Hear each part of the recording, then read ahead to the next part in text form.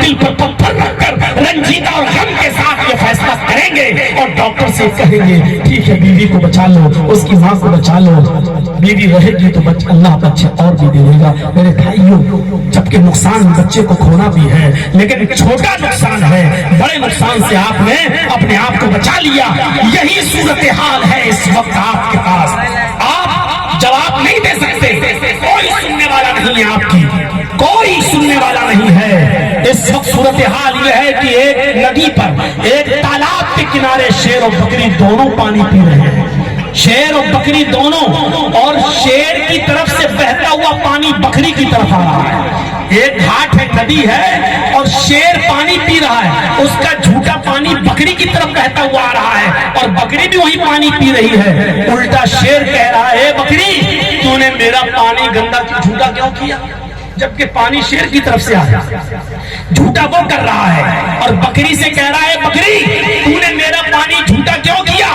اور بکری نے کہا جنگل کے راجا میں نے آپ کا پانی کہاں جھوٹا کیا, پانی تو آپ کی طرف سے آ رہا بہتا ہوا, آپ کا جھوٹا پانی میں پی رہی ہوں, میری طرف سے تھوڑی جا رہا پانی. پانی تو آپ جھوٹا کر رہے ہیں, میری طرف تو آ رہا, میں تو آپ کا جھوٹا پانی پی رہی ہوں. شیر نے کہا اچھا تو زبان بھی چلاتی ہے, منہ بھی کھول رہی ہے. گیا اور اس کو پھاڑ دیا اور کھا گیا. میرے بھائیوں یہی صورتحال ہے. آپ صحیح بات کر بھی آواز اٹھائیں گے تو کوئی سننے والا نہیں ہے, مجرم آپ قرار دیے جائیں گے. اس وقت سب چاروں طرف اندھے بہرے گونگے لوگ بیٹھے ہوئے ہیں جو صرف کسی کی نہیں سن رہے ہیں میرے بھائیوں, اور جس کی سن رہے ہیں اس کی طرف بولنا اشارہ کرنا بھی ہمارے لیے جرم ہوگا. اور آپ کو تو معلوم ہی ہے کہ ہم کہاں کہاں ہو کے آ چکے ہیں. تو میرے پیارے ساتھیوں, اس وقت ایک اشارہ کرنا آپ کے لیے یہی ہے کہ بڑی عقل مندی کی ضرورت ہے. بڑے نقصان سے بچنے کے لیے چھوٹا نقصان گوارا کر لینا, لیکن میرے بھائیوں عقل مندی اور دانش مندی کے ساتھ آپ آگے بڑھیے. اور میرے بھائیوں 11:28 ہو چکے ہیں, میں اور وقت نہیں لوں گا آپ کا. میں نہیں چاہتا ہوں کہ ہمارے پرشاسن کی طرف سے جو پرمیشن ملی اس سے آگے بڑھیں, اور ہمیں بھی پرشاسن کا ساتھ دینا چاہیے اور ان کا آبھار ویکت کرنا چاہیے, اور ان کے لیے بھی شبھکامنائیں ہمیں اور آپ کو دینا چاہیے کہ ایشور ان کو خوش رکھے اور پسند رکھے.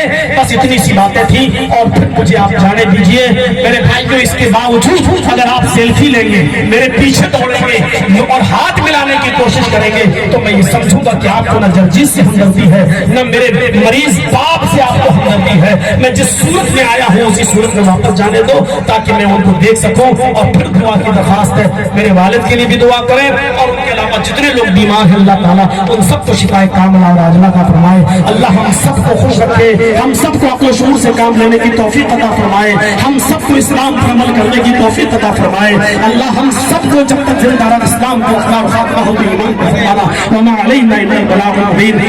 دعوانا الحمد للہ رب العالمین. السلام علیکم ورحمۃ اللہ وبرکاتہ.